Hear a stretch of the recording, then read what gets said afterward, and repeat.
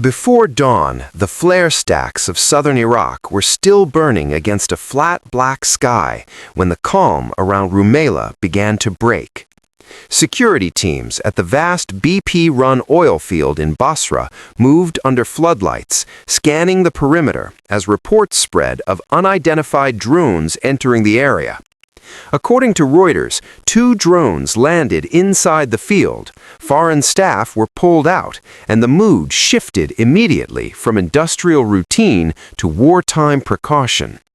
Rumaila is not an isolated desert installation.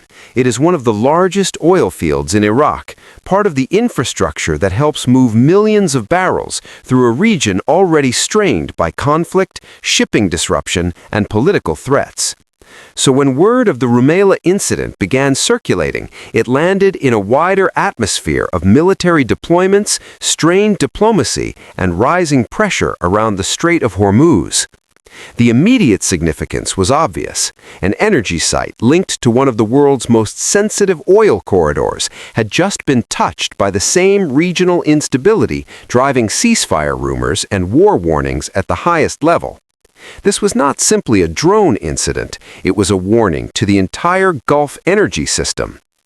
According to AP News, President Donald Trump then added a dramatic political claim to the military and economic tension already surrounding the region.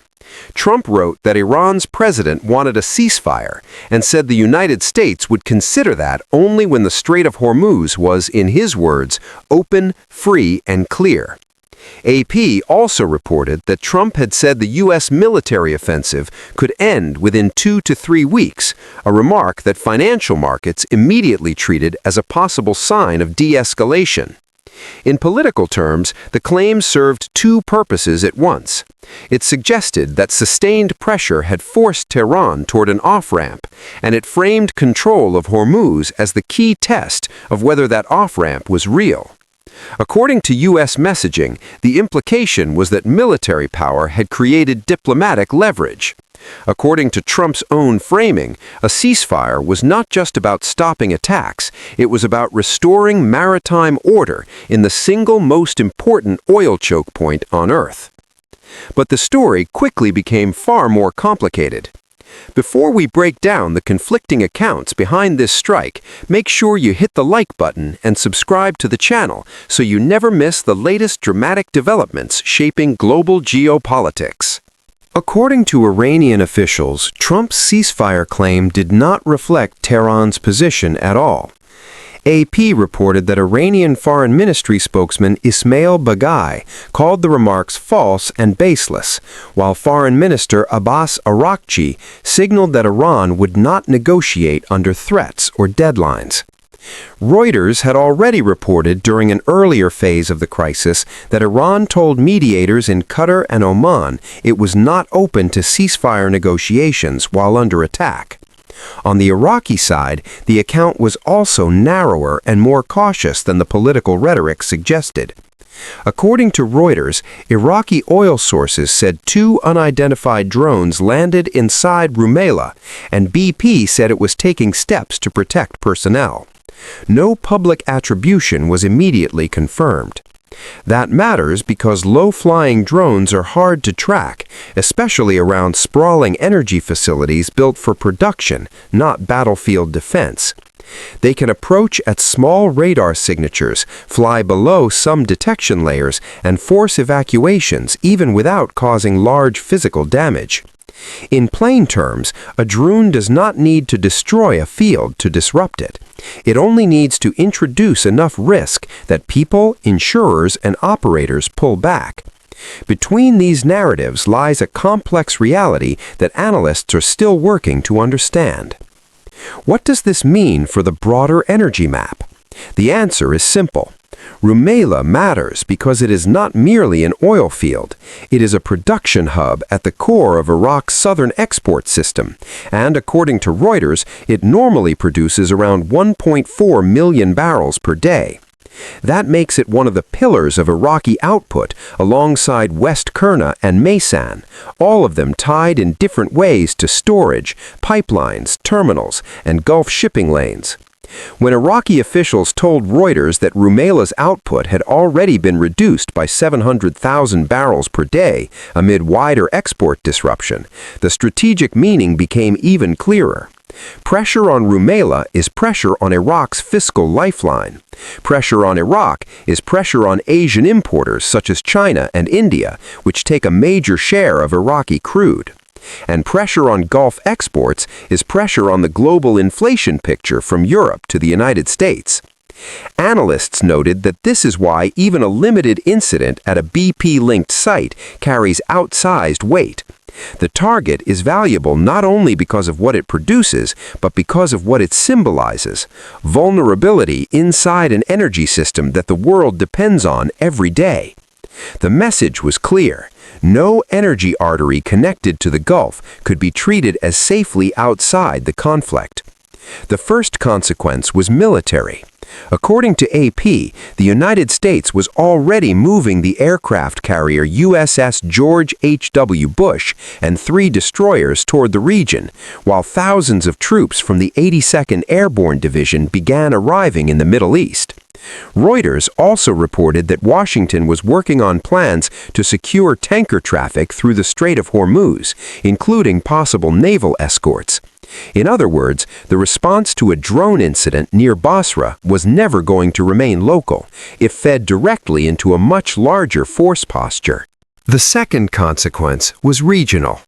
Iraq had already cut oil production by nearly 1.5 million barrels per day, according to Reuters, with officials warning the cut could widen beyond 3 million if storage filled and exports remained blocked. That spike in operational risk has consequences far beyond Basra. Regional governments now have to think simultaneously about infrastructure security, shipping insurance, and domestic fuel stability. The United Kingdom announced talks involving 35 countries on restoring maritime security, according to AP and other reporting on the Hormuz effort.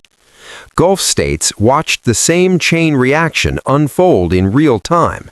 Production tightened, tanker routes narrowed, security costs climbed.